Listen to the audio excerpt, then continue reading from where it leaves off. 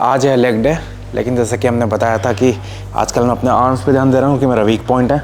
तो पहले एक्सरसाइज में हर दिन एक एक्सरसाइज 2 सेट आर्म्स के ज़रूर करता हूँ। तो warm up set of course and normal push down. Warm up का पर्पस क्या है? थकाना नहीं। वार्म अप का पर्पस बस ये है कि जो जॉइंट्स हैं वो थोड़े हिल जाएँ एंड जो मसल है, टारगेट मसल ट्राइसेप यहाँ पे, वो थोड़ी सी गर्म हो जाए, बस ये है। तो पहला वर्किंग सेट है। अब क्या 2 सेट काफ़ी हैं आर्म ग्रो करने के लिए? ज़्यादा बड़ी मसल नहीं है नहीं, एंड ऑलमोस्ट हर दिन ही आर्म ट्रेन कर रहा हूँ तो काफ़ी हैं। एंड क्या इससे लॉन्ग हेड हिट होता है, शॉर्ट हेड हिट होता है, इतना कॉम्प्लिकेट करने की ज़रूरत नहीं है। बात यह है कि लॉन्ग हेड, शॉर्ट हेड सभी कुछ हिट होता है एज लॉन्ग एज आपका शोल्डर जॉइंट नहीं हिल रहा है। अगर मैं अपना शोल्डर जॉइंट भी हिलाने लग जाऊँ आगे पीछे तो लॉन्ग हेड कम हिट होगा, क्योंकि लॉन्ग हेड यहाँ पर भी अटैच होता है। तो बस फोकस मैं करूँगा कि ये वाला जॉइंट मुझे हिलाना है और सारे हेड हिट होंगे और कोई दिक्कत नहीं होगी। तो पहला वर्किंग सेट है। हाँ, फेलियर के पास ले जाता हूँ, इसलिए 2 सेट से ज़्यादा हो ही नहीं पाते हैं। एंड फोकस आज लेग है।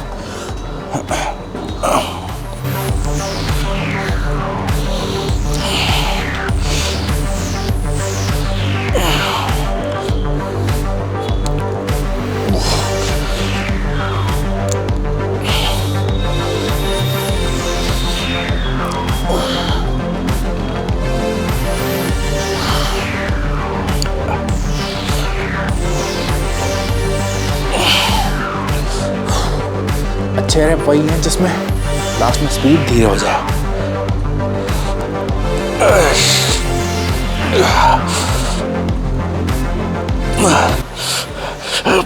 ओके, अगले सेट में वेट बढ़ाएंगे क्योंकि 12 रैप हो गए। रेस्ट का फंक्शन बस ये है कि टारगेट मसल दोबारा से उतनी अच्छी परफॉर्म कर पाए जितना पहले सेट में करी है।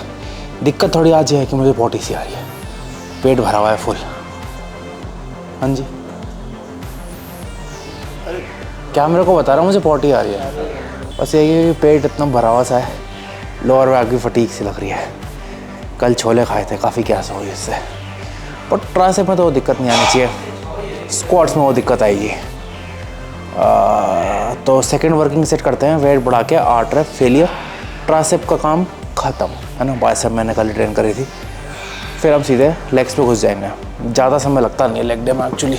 देखते, अब आप बोलो कि रिकवरी में दिक्कत नहीं होती, ऑलमोस्ट हर दिन मैं आर्म्स मारता हूँ तो तभी सिर्फ 2 सेट मार रहा हूँ, इसलिए रिकवरी में मुझे दिक्कत नहीं होती है, इसलिए मैं बार बार परफॉर्म कर पाता हूँ। ऑलमोस्ट फुल स्टैक कर रहा हूँ मैं इस मशीन में अभी अच्छी फॉर्म के साथ। तो लेट्स सी कितने होते हैं। अब 8 एक अच्छा नंबर होगा।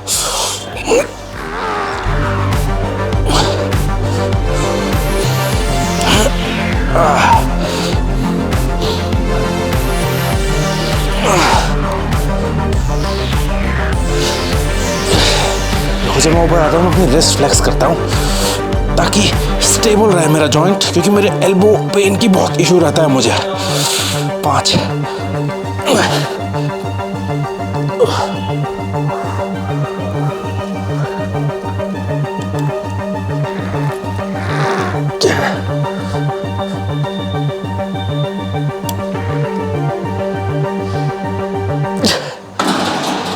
6। ओके, अब एक्चुअल लेग डे शुरू करेंगे। तो लेग डे शुरू करने के लिए आ जाए कैमरा में, कोई दिक्कत नहीं है। कोई नहीं देख रहा वीडियो? नहीं तो कर ले, पीठ ही तो होगी तेरी। तो लेग डे करने के लिए पैंट खोलनी पड़ेगी, इस पैंट में होगा नहीं लेग डे, है ना, लेकिन शर्ट पहन लेंगे आप।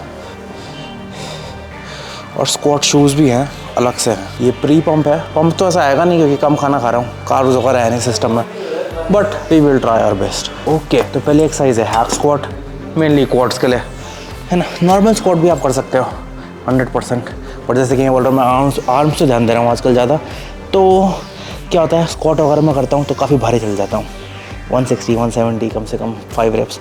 तो उसमें फटीक बहुत ज़्यादा, थक जाता हूँ बहुत ज़्यादा। फिर उसके बाद 1-2 दिन तक ट्रेनिंग में वो मज़ा नहीं आ रहा है। स्पेशली खाना भी कम खा रहा हूँ आजकल, इसलिए फटीक ज़्यादा हो जाता है, इसलिए थोड़ा मशीन बेस ज़्यादा कर रहा हूँ। Like of course Roman and relate तो करेंगे ही, हमारी फेवरेट एक्सरसाइज है ना। पहले वार्म अप करेंगे अच्छे से। एंड हैक स्क्वाट में है कि हैक स्क्वाट या किसी भी स्क्वाट में आप हील एलिवेट कर दोगे ना तो क्वाड्स में ज़्यादा स्टिमुलस मिलेगा। तो ज़रूरी नहीं है स्क्वाट शूज से करना है हील एलिवेट, किसी से भी कर सकते हो। अब हैक स्क्वाट जैसा बड़ा मूवमेंट है तो इसमें वार्म अप थोड़ा अच्छे से करना चाहिए। हैक स्क्वाट क्या है, स्क्वाट एक बड़ा मोशन है, बड़ी बड़ी मसल्स यूज़ होती हैं, 2 जॉइंट्स हाथ में हिल रहे हैं, तो वार्म अप थोड़ा अच्छे से करना चाहिए। लोडेड भी ये ज़्यादा रहता है, इसलिए 3 सेट तो कम से कम मैं करूँगा ये वार्म अप के, कम से कम मिनिमम 4 भी हो सकते हैं। ज़्यादा कुछ ध्यान देना नहीं है, बस नीज बाहर को पुश करनी है, जितना नीचे आप जा सकते हो कंफर्टेबल उतना नीचे जाए। Very simple. मशीन में एक्सरसाइज काफ़ी सिंपल हो जाती है।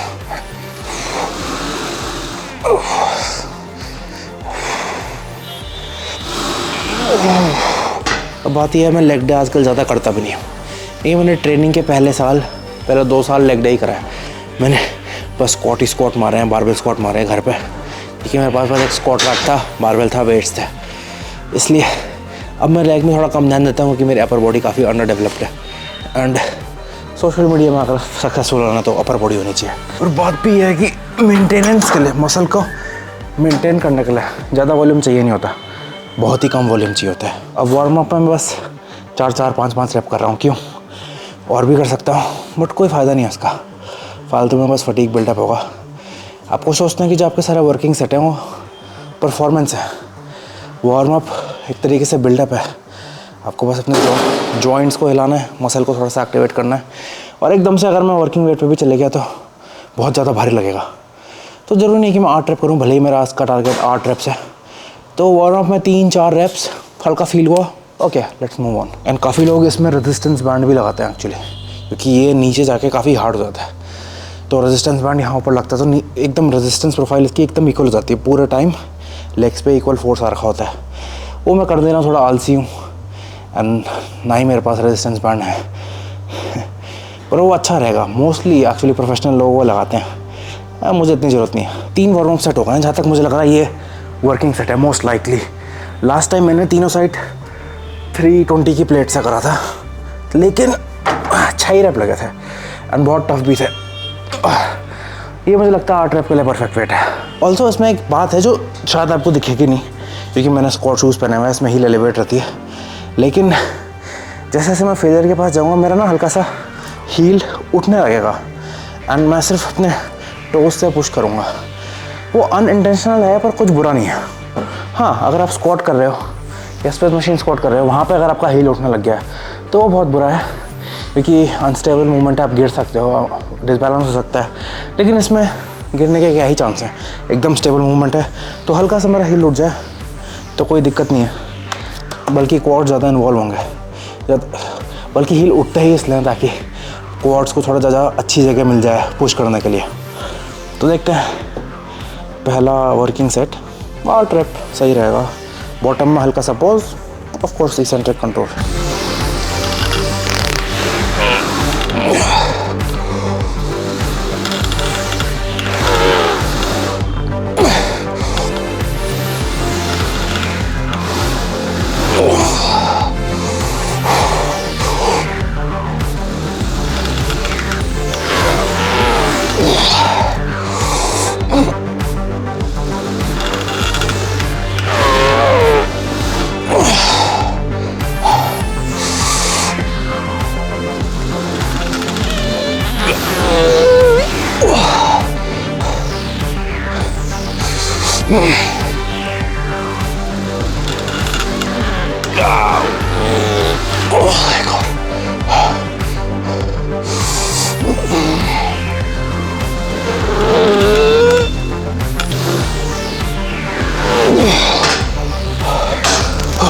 और ये बड़ा मूवमेंट है तो उसमें रेस्ट भी थोड़ा ज़्यादा रहेगा, 3 से 4 मिनट।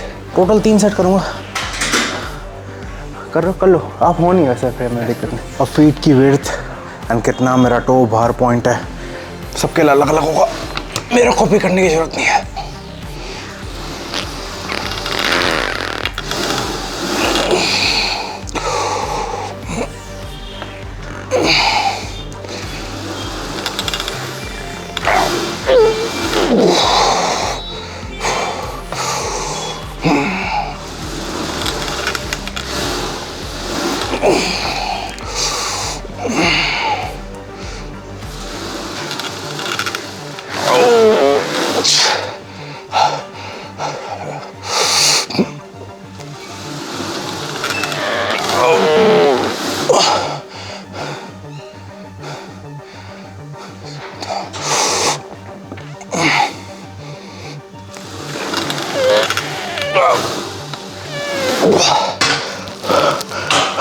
दूसरी exercise Romanian deadlift, glutes, hamstrings, lower back, spine adductors, सब कुछ रिटेन हो जाता है। इसमें स्क्वाट शूज़ की ज़रूरत नहीं है बिल्कुल। थोड़ा सा ग्लूट बायस करेंगे क्योंकि हैमस्ट्रिंग बहुत फोकस हो रहा है आजकल, ग्लूट्स के लिए कुछ कर ही नहीं रहा हूँ।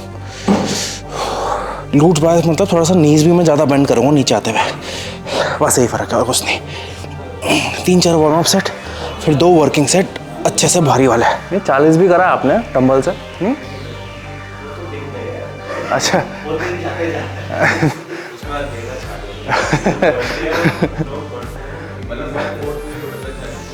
अच्छा, मैं देखा था शायद।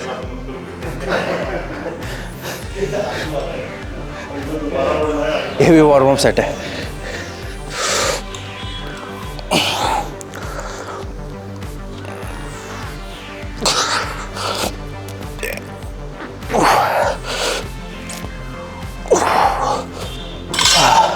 वर्किंग सेट 150 केजी हो सकता है। तो पहला working set 150 KG, 2 set 8 rep. Of course straps की ज़रूरत पड़ेगी। होपफुली आपके फोर आर्म्स आपके हैमस्ट्रिंग एंड ग्लूट से वीक है तो आपको स्ट्रैप्स की ज़रूरत पड़ेगी। देखते हैं कैसा होता है। बस मुझे इसमें ये सोचना है कि हिप्स पीछे पीछे पीछे पुश कर दें, हैमस्ट्रिंग्स में टेंशन मेंटेन रखना है, और ज़्यादा टेंशन हो रहा है तो हल्का सा नी बेंड कर सकते हैं। डीप ब्रेथ से अपर बॉडी एकदम रिजिड रहनी चाहिए। बस यही है एक्सरसाइज में, और कुछ है नहीं, सिंपलिस्टिक एक्सरसाइज है। ओके 8 रेप्स देखते हैं।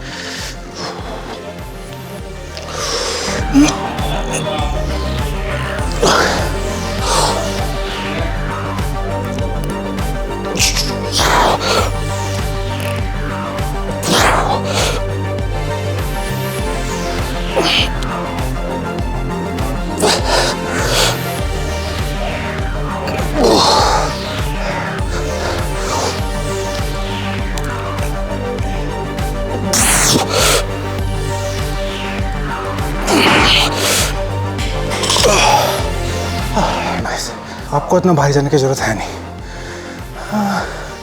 6 रैप तक जा सकते हो, उससे कम रैप्स इतना फ़ायदा नहीं है, और 8 से ज़्यादा रैप्स भी इतना फ़ायदा नहीं है। बट आई वुड रिकमेंड, अगर आपका डेडलिफ्ट 180-200 के पास है तो रोमेनियन डेडलिफ्ट 120-140 तो करनी ही चाहिए। मेरी डेडलिफ्ट कितनी है मुझे पता नहीं, लास्ट टाइम 235 केजी उठाया था मैंने, पर बहुत समय से 1 RM टेस्ट ही नहीं करा। ये बॉडी वेट पूरा, पहले बॉडी फैट ख़त्म करते हैं, फिर से पावर लिफ्टिंग प्रोग्राम शुरू करेंगे। और देखते हैं इसका एक और सेट है। नेक्स्ट सेट 160 केजी से करेंगे, पर रेस्ट पूरा ऐसा हो कि जो आपकी हार्ट बीट है वो नॉर्मल हो जाए, और जो टारगेट मसल है वो दोबारा से रेडी हो जाए। मैं बार बार इसलिए बोल रहा हूँ कि एक टाइम नहीं है, मोस्टली लोग टाइमर लगाते हैं 2 मिनट 3 मिनट, डिपेंड करता है ना। 5 मिनट से ज़्यादा रेस्ट तो आउट से किसी को भी नहीं चाहिए, मोस्ट लोगों को नहीं चाहिए, अनलेस आप ओबीस हो। ओके, दूसरा working set 160 KG, last working set है। 6 से 8 रैप हो जाए बढ़िया है। 8 तो मुझे मुश्किल ही लग रहा है, 6 ही हो जाए। बहुत समय से हैवी लिफ्ट नहीं करा है, इसलिए ये भी हैवी लग रहा है अब। ओके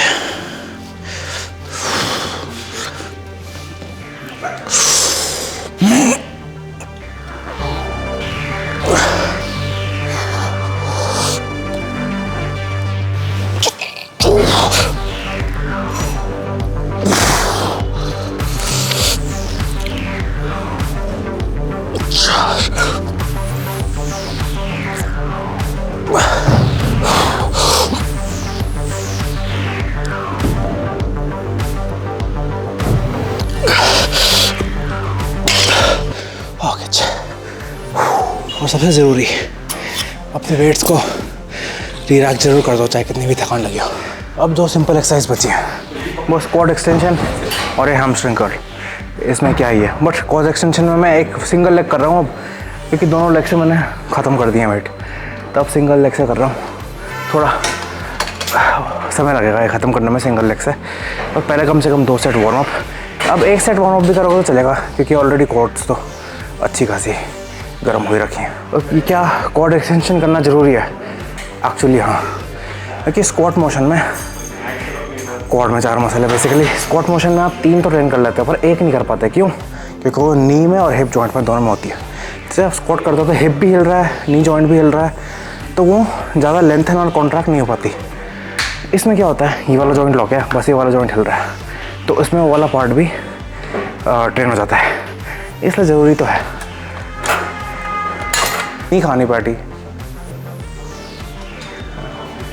नहीं खेलना फीफा, नहीं करनी वो चीज़। काम करो, चिकन खाओ, राइवल्स खेलो।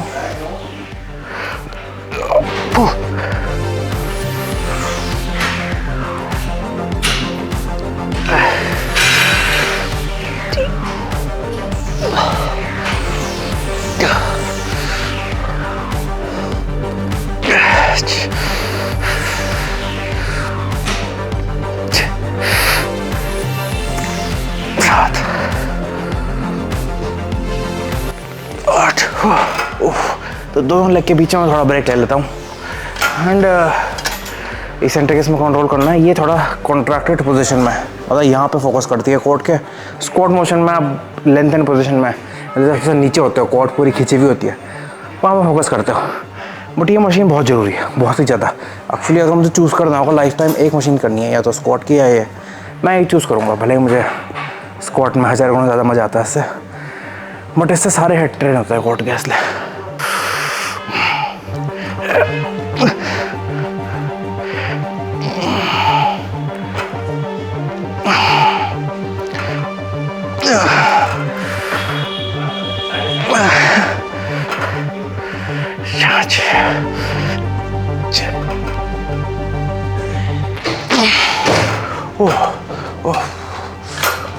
ओके, लास्ट एक्सरसाइज है हैमस्ट्रिंग्स की।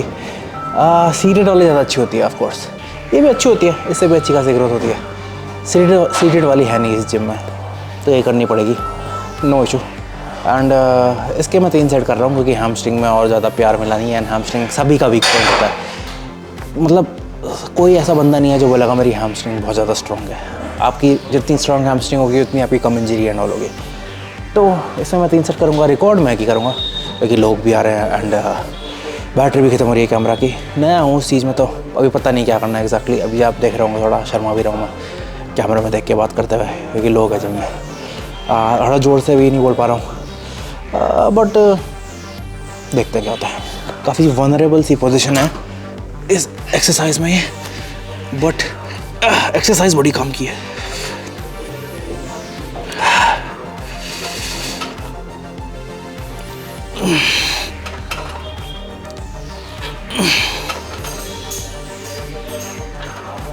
ट्वेंटी 27 ईयर्स का हूँ मैं और कैमरे से बात कर रहा हूँ, वर्कआउट कर रहा हूँ। लगता है कि अपनी ज़िंदगी में कुछ और अच्छा करना चाहिए, बट फिर रियलाइज़ होता है कि मैं आप लोगों के कमेंट वगैरह पढ़ता हूँ, ये आप लोगों की हेल्प हो रही है एंड काफ़ी लोगों की लाइफ में वैल्यू ऐड हो रही है हल्की हल्की टेक्निक से।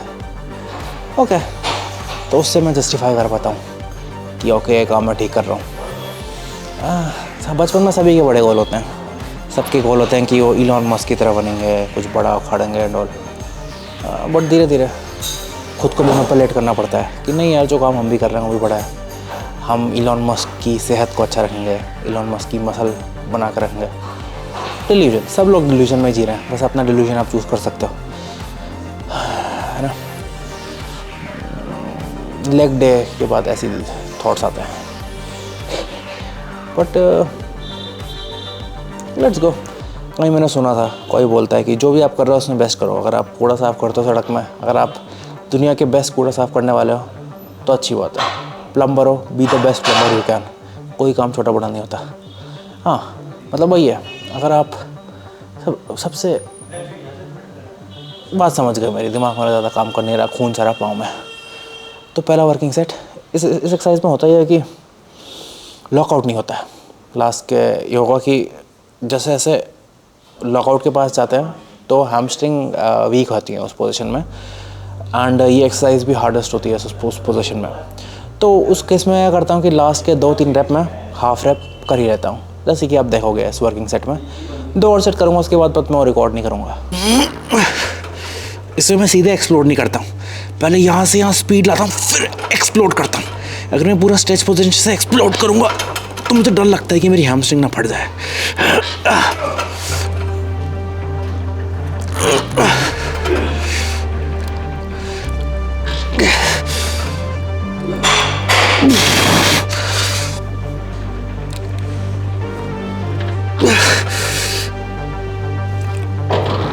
Okay, shit.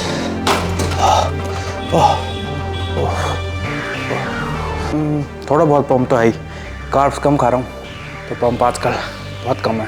अपर बॉडी में ऑफकोर्स पंप नहीं रहेगा, सारा खून लोअर बॉडी में, बट फिर भी अपर बॉडी प्रोपोर्शनलेटली छोटी है लोअर बॉडी से। काम करेंगे ये 1 साल में काफ़ी फ़र्क दिखना चाहिए आपको। अब जब मैं यहाँ सब कुछ रिकॉर्ड कर रहा हूँ तो आपको पता चलता रहेगा कि मैं क्या क्या कर रहा हूँ। अब गलतियाँ तो मैं नहीं करूँगा कि सारी गलतियाँ मैंने पहले 1 या 2 साल में कर रही थी हैं। तो 4 एक्सरसाइज बहुत है लेग्स के लिए। अगर मैं काफ रेजेस भी करूँ एंड में तो ठीक है, लेकिन मुझे लगता नहीं है मुझे काफ की अभी ज़्यादा ज़रूरत है। करता हूँ मैं हर 2 हफ्ते में 1 बार काफ, ज़्यादा नहीं। मुझे ज़्यादा ज़रूरत नहीं लगती। आपको बहुत ज़्यादा ज़रूरत है, आपके काफ्स हार्ड गेनर हैं, तो मैं बोलूँगा आर्म डे के या किसी और डे के पहली एक्सरसाइज काफ करो, क्योंकि अगर आप हार्ड गेनर ऑलरेडी तो उस एक्सरसाइज को बहुत प्यार चाहिए। Thank you for watching.